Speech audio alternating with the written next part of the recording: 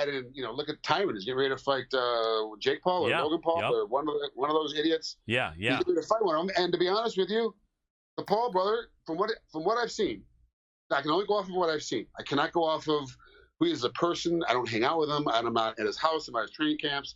I can only go off the fights I've seen. He's got a pretty good shot against Tyron. Yes. So now we're looking at this. Yes, Tyron's going to make the most amount of money he's ever made, but now he's in a fight that it may not be winnable or maybe easily winnable. We don't know. Like, we thought that Askren was going to beat him up, and he got starched in 15 seconds or whatever it was. So it's like, yeah, man, like this is now it's interesting because now Tyron can make a lot of money. He's got a Haral that can, whatever it is, pay down some debt, pay off a car, pay off a house, whatever it is. But he's gonna have a lot of money at the end of this fight, and pays for his kids' tuition, put it away. I mean, whatever he's gonna do, he's gonna do with it. But he's got a spot now to make the most amount of money he's ever made in one fight. And then you get, I think it's Logan. I can't tell the difference between the two of them. I don't know. But the whatever one's fighting Tyron, he's talking about, fight or pay, and he keeps going after Dana and all this. He's kind of got a point when he's getting guys that are named. That he's selling out arenas. They're selling, top numbers on pay-per-views. Maybe not $1 million, $1.1 million, $1.2 million like McGregor does, but they're getting pretty close. With a guy and they're paying him the most amount of money he's ever made. He's kind of got a point. It's like these guys are coming to me, but also Dana's got a point. Like I would have paid that guy more if he was better. That's why he's not with me anymore. So it's like it's a very slippery slope because like you kind of got a point, but he's also got a point. Without a doubt. Speaking of that fight, I think there is definitely a competitive aspect to the matchup of Jake Paul against Tyron Woodley. Obviously, people thought that Ben Askren had a chance just because of what a rugged guy he was, the fact that he had taken shots from some pretty good MMA strikers when he was in Bellator and won championship and in the UFC, and him just being a generally more rugged guy than Jake Paul was going to be enough. It turned out it wasn't, but he also didn't have any sort of skill with striking. Now, Tyron is older, and a lot of the younger millennials, I think, look at Tyron's record and is like, oh, all these guys are beating him. Jake Paul makes light work out of Tyron.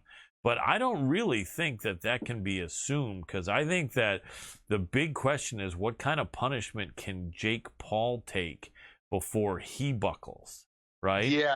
The thing we haven't seen yet, he hasn't been touched. So that, he's fought some, broke down rapper or broke down basketball player. Right. Like I get those two guys confused. I forget who fights who. Right. But these guys have really been fighting bums and they're picking their fights, which, by the way, is what they do in boxing. Right. You pick your fights. So this is the reason why a lot of these guys are really good at what they do, or really fast, or have these like 10-0 records. In Golden Boy, like I'm signed with Golden Boy Boxing with De La Hoya, and I'm 10-0. And I've got but you look at the guy's record of who they fought. Like you add that in there, also you're like, well, these guys you're fighting are very good. They're handpicking guys that are gonna be tough for you, make you showboat your skills. But you're going to get beat up. Well, that's what the Pauls are doing. They're picking their opponents that they think they can beat. Now, of course, they're looking at Tyron's last couple of fights, boring and slow and really not hitting anybody and taking his time. And then you see him get beat up, get beat up by Usman. You see him have all these like his last couple of fights. Yep. That's what they're looking at. Yep. They're forgetting that all of a sudden you got a guy that is going to throw 8 punches at you with as much power as a Mack truck. Yep. And if one of them slightly touches you, you're going to be limped. And it's going to be, now can I keep my feet about me, get my hands up, so I have enough wherewithal not to get knocked out completely, but I'm going to be on chicken legs running around the ring. Right. And Tyron can do that to you, but also, too, Tyron gets tired because he only throws bombs. He won't sit behind his jab. Right. So unless he's spending time sitting behind his jab or sitting behind his lead hook, it's not going to work. He's going to get exhausted come second round. 3 minutes is, it's 5 minutes to 3 minutes. Like he's got more energy, but it's a lot harder because now you've only got 2 things coming at you. There's only a left hand and a right hand coming at you, and that's it. So it's much harder. You think a lot of people that don't box think, it's easier than MMA. 100% it's easier. You only got to worry about one thing because we have to worry about those things too in MMA. But in boxing, when you only have to worry about those 2 things, you use more energy worrying about those 2 things. Right. It's almost like the less you have to worry about, the more energy it takes from you. Good point. Very good point. So now we're looking at Tyron in the second and third round getting tired. You know, now is how much of a game is it? Is he really getting tired? Is he playing a game? Like, we don't know because we haven't seen him training. We haven't seen what he's been doing. We're not sure what's going to happen with this. So this fight is very interesting because of the timeline that it's happening.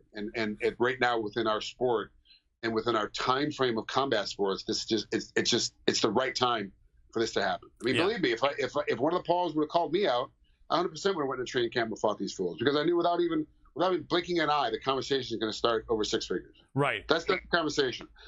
And more than likely, we're going to get to 7 figures relatively easily. And I haven't fought in 10 years, and I'm a nobody. So for me, you know, you're going to get someplace around 7 figures. Like, you're going to get real close to that number, where it's just below or a little bit above. You know that's what's going to happen. What are these other guys going to get? Like a Leo Machida or Anderson Silva, or, you know, all these other guys making the jump. They're making more money doing this in their twilight years, in their retirement. Right. It's like a retirement song. Thank you for watching the Hannibal TV. Please like this video if you enjoyed it, and click the subscribe button to not miss any of our latest shoot interviews, match videos, or news updates. Support us on patreon.com for $1.99 a month to watch our full shoot interviews ad-free and help our channel grow. Follow us on Twitter at the Hannibal TV for instant updates.